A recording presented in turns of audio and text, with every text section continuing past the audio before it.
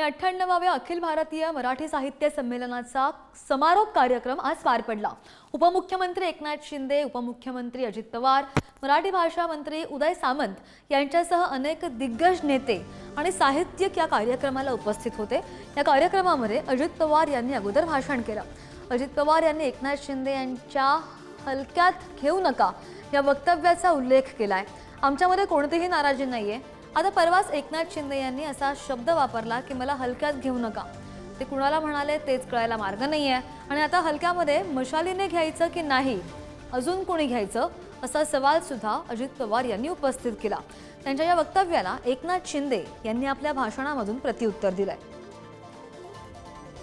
आता परवाच असा का शब्द वापरला एकनाथराव शिंदे साहेबांनी, मला हलक्यात घेऊ नका।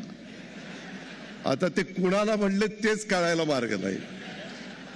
आता हलक्यात मशालीने घ्यायचं नाही का अजून कोणी घ्यायचं नाही। पहिल्यांदा युवकांच्या मध्ये संधी मी दिली होती। तो माझ्या पक्षाचा युवकांचा अध्यक्ष होता आणि त्याला युवकांचा राज्याचा अध्यक्ष केला, नंतर आमदार केला, नंतर मंत्री केला। पण कुठं काय गाडी फिसकटली, नंतर मला सोडून गेला।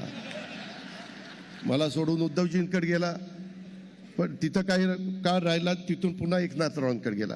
पण उदयचं एक आहे, जिथं जातो तिथं अतिशय निष्ठेने राहतो, कुठंही त्याच्यात बदल होत नाही।